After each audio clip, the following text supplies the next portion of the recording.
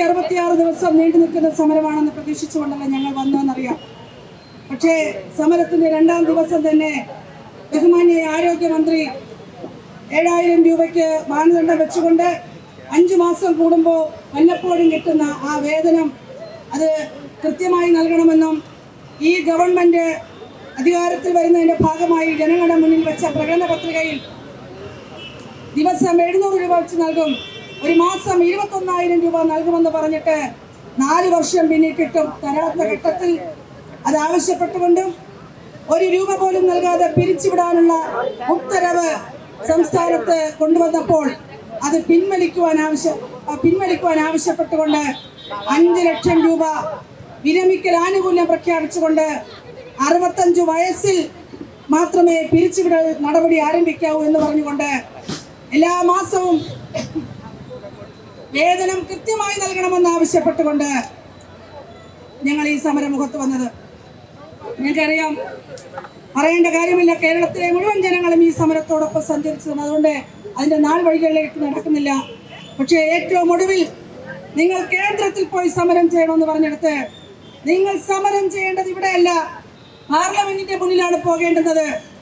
നിങ്ങളെ കേന്ദ്രമാണ് തൊഴിലാളിയാക്കേണ്ടതെന്ന് പറഞ്ഞ് ഞങ്ങളെ ആക്ഷേപിക്കുകയും പരിഹസിക്കുകയും ചെയ്തപ്പോൾ ഞങ്ങൾ പറഞ്ഞു, ഇതൊരു കേന്ദ്രാവിഷ്കൃത പദ്ധതിയാണെങ്കിലും പണിയെടുക്കുന്നത് ഈ സംസ്ഥാനത്തിന് വേണ്ടിയാണ്.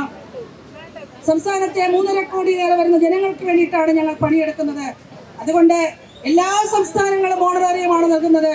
അത് കേരളത്തിന്റെ മാത്രം പ്രത്യേകതയല്ല. കഴിഞ്ഞ 10 വർഷമായി ഭരിക്കുന്ന ഈ ഗവൺമെന്റ് ഞങ്ങളാണ് ഏറ്റവും അധികം തന്നതെന്ന് പറയുമ്പോൾ മേനി നടിക്കുമ്പോൾ ഒരു വർഷം 1000 രൂപ വെച്ച് തന്നിരുന്നെങ്കിൽ പോലും ഈ 10 വർഷം കൊണ്ട് 10,000 രൂപയാകണ്ടേ? അപ്പോൾ ആയിട്ടില്ല. അപ്പോൾ ജനങ്ങളുടെ കണ്ണിൽ പൊടിയിടാൻ വേണ്ടി സമരക്കാരെ ആക്ഷേപിക്കാനും അധിക്ഷേപിക്കാനും ഈ സ്ത്രീപക്ഷ ഗവൺമെന്റ് എന്ന് പറയുന്ന ഗവൺമെന്റ് ഈ 50 മീറ്റർ മുന്നിലിരിക്കുന്ന സ്ത്രീകളെ പരിഗണിക്കാതെ സ്ത്രീ വിരുദ്ധമായി ആക്ഷേപങ്ങൾ ചൊരിഞ്ഞുകൊണ്ട് തൊഴിലാളികളുടെ ഗവൺമെന്റ് എന്ന് പറഞ്ഞുകൊണ്ട് തൊഴിലാളി വിരുദ്ധ നയങ്ങൾ എടുക്കുമ്പോൾ, ജനാധിപത്യ ഗവൺമെന്റ് എന്ന് പറഞ്ഞുകൊണ്ട് ജനവിരുദ്ധമായ നടപടികൾ എടുക്കുമ്പോൾ അതിനൊക്കെ ചോദ്യം ചെയ്യാൻ ഞങ്ങൾ തയ്യാറാണെന്ന് ഉറപ്പിച്ചുകൊണ്ടാണ് ആ സമരം മുന്നോട്ട് പോയത്. ഏറ്റവും ഒടുവിൽ മുഖ്യമന്ത്രിയുടെ വസതിയിലേക്ക് ഞങ്ങൾക്ക് പോകേണ്ടി വന്നു. കാരണം മുഖ്യമന്ത്രിയെ കാണാൻ മാർഗമില്ല. CPM-ന്റെ അഖിലേന്ത്യാ ജനറൽ സെക്രട്ടറി ശ്രീ MA ബേബിയെ കണ്ടു. അദ്ദേഹവും നിഷ്ക്രിയനാണ്, ഒന്നും ചെയ്യാൻ പറ്റുന്നില്ല. CPI-യുടെ സംസ്ഥാന സെക്രട്ടറി ബിനോയ് വിശ്വം സാറിനെ കണ്ടു, അദ്ദേഹത്തിനും ഒന്നും പറയാനില്ല. അങ്ങനെ തുടങ്ങി നമ്മുടെ മുഖ്യമന്ത്രിയുടെ അടുപ്പക്കാരായ എല്ലാ വിഭാഗം ആളുകളെയും ഞങ്ങൾ പോയി കണ്ടു. മതമേലധ്യക്ഷന്മാരെ പോയി കണ്ടു. മുഖ്യമന്ത്രിയുമായിട്ട് ആശാസംഘടനയ്ക്ക് ചർച്ച ചെയ്യണമെന്ന് അദ്ദേഹം ചർച്ചയ്ക്ക് തയ്യാറായില്ല. പക്ഷേ ഈ സംസ്ഥാനത്ത് നികുതി കൊടുത്തുകൊണ്ട് ആ നികുതി പണം കൊണ്ട് ഖജനാവ് ഭരിക്കുന്ന ഈ മുഖ്യമന്ത്രിയെ കാണാൻ ഞങ്ങൾക്ക് അവകാശമുണ്ടെന്ന് ഉറച്ചു ബോധ്യപ്പെടുത്തിക്കൊണ്ടാണ് ഞങ്ങൾ അദ്ദേഹത്തിന്റെ വസതിയിൽ പോയി കാണാൻ തീരുമാനിച്ചത്. ഒടുവിൽ ആ കൂടിക്കാഴ്ചയ്ക്ക് ശ്രമിക്കവേ അതിന് നടക്കാതെ വന്നെങ്കിലും 2ാമത്തെ ദിവസം ആശമാരുടെ ഓണറേറിയം വർദ്ധിപ്പിച്ചുകൊണ്ട് മുഖ്യമന്ത്രിക്ക് പ്രഖ്യാപിക്കേണ്ടി വന്നു. കാരണം വേറെ മാർഗമില്ല. സംസ്ഥാന സർക്കാരിന് മറ്റു മാർഗമില്ലാതെ 1000 രൂപയെങ്കിലും വർദ്ധിപ്പിക്കാൻ നിർബന്ധിതമായി. മുഖ്യമന്ത്രി എടുത്തു പറഞ്ഞു, ഓണറേറിയം ഞങ്ങൾ വർദ്ധിപ്പിക്കുന്നു. അപ്പോൾ ഓണറേറിയം നൽകേണ്ടത് സംസ്ഥാന സർക്കാരാണെന്ന് ഈ ഗവൺമെന്റിന് വീണ്ടും ജനങ്ങളോട് സമ്മതിക്കേണ്ടി വന്നു. ഒടുവിൽ തദ്ദേശ സ്വയംഭരണ തെരഞ്ഞെടുപ്പിൽ ഞങ്ങളൊരു പ്രഖ്യാപനം നടത്തി.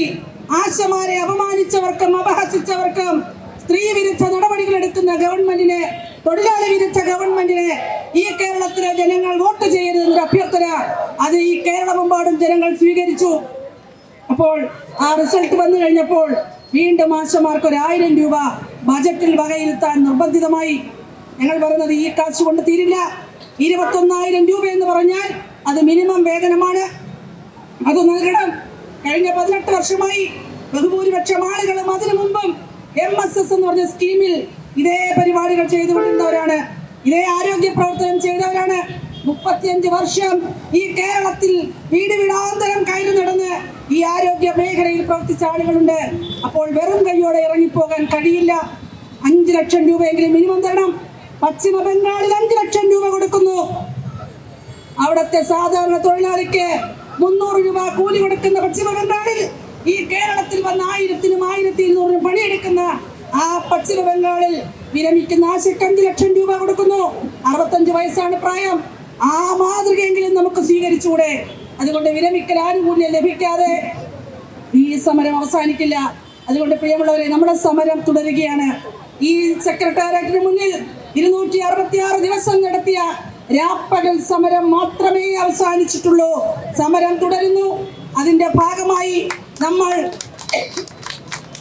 ജില്ലകളിൽ സമ്മേളനങ്ങൾ നടത്തിക്കൊണ്ട്, കൺവെൻഷൻ നടത്തിക്കൊണ്ട്, ഓരോ PHC കേന്ദ്രീകരിച്ചും ആശമാരുടെ യൂണിറ്റുകൾ രൂപീകരിച്ചുകൊണ്ട് DPM ഓഫീസിലും DM ഓഫീസിന്റെ മുന്നിലും ഇപ്പോഴും സമരം തുടരുകയാണ്. ഈ സമയത്തും ഇന്ന് ഫെബ്രുവരി 10-ാം തീയതി, ഇന്നും ജനുവരി മാസത്തെ വേതനം ലഭിച്ചിട്ടില്ല. ഡിസംബർ മാസത്തെ പകുതി വേതനം ലഭിച്ചിട്ടില്ല. എത്ര പേർക്കറിയാമത്?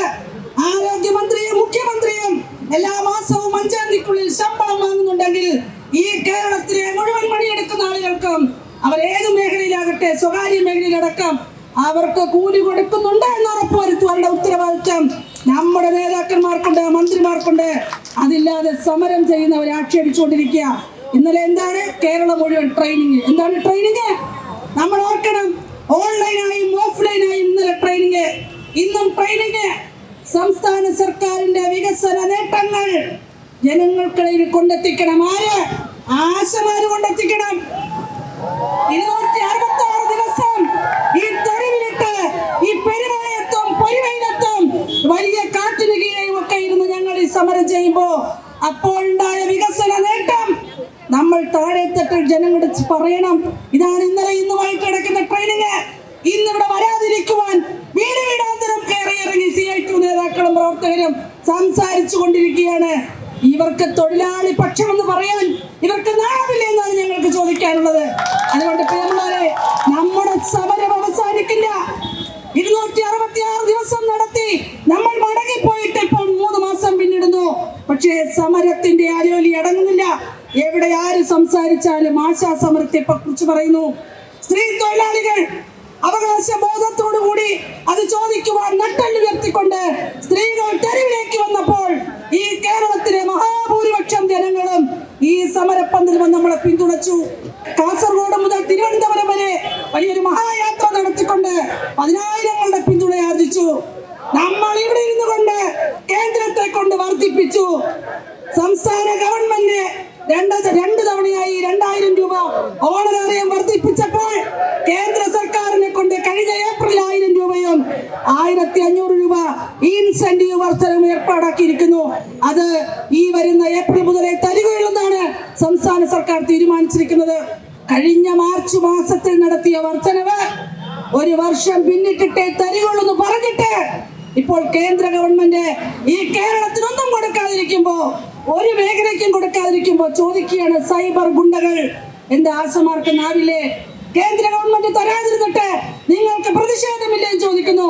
ഞങ്ങൾക്ക് ചോദിക്കാനുള്ളത്, കേന്ദ്രം തന്നത് ഈ മാർച്ച് മാസം കഴിഞ്ഞ വർഷം തന്നത് അനുവദിച്ചിട്ട് ഈ നിമിഷം വരെ തരാതിരുന്ന ഇവർക്ക് നാണമില്ലേ എന്നാണ് ഞങ്ങൾക്ക് ചോദിക്കാനുള്ളത്.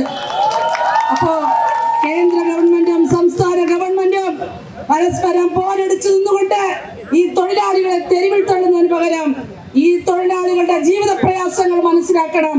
ഞങ്ങളുടെ സമരപ്പന്തലുണ്ട്. ഇന്നലെ ഒരാശ ഫീൽഡിൽ പോയി വീണ് കാലിടിഞ്ഞു. പട്ടികടി കൊള്ളാത്ത ഒരാശ പോലും ഈ കേരളത്തിലില്ല. 10 പൈസയില്ല. 5 ലക്ഷം രൂപ ചികിത്സാ സഹായമുണ്ടെന്ന് പറയുന്നത് എവിടെ? കടലാസിൽ. അപകടം പറ്റിയാൽ 2 ലക്ഷം രൂപ ഉണ്ടെന്ന് പറയുന്നത് കടലാസിൽ. പിരിഞ്ഞു പോകുന്ന ആശയ്ക്ക് 20,000 രൂപ ഉണ്ടെന്ന് പറയുന്നത് കടലാസിൽ. ഞങ്ങൾ വിവരാവകാശ പ്രകാരം ചോദിച്ചു, എത്ര പേർക്ക് കൊടുത്തു? മറുപടി ആരും ആവശ്യപ്പെട്ടില്ല, അതുകൊണ്ട് കൊടുത്തില്ലെന്ന്. അങ്ങനെ വിചിത്രമായ കാര്യങ്ങൾ പറഞ്ഞുകൊണ്ടിരിക്കുന്നു. പ്രിയമുള്ളവരെ, നമ്മുടെ സമരം തുടരുകയാണ്. നമ്മുടെ ഡിമാൻഡ് നേടിയെടുക്കുന്നത് വരെ നമ്മുടെ സമരം തുടരും.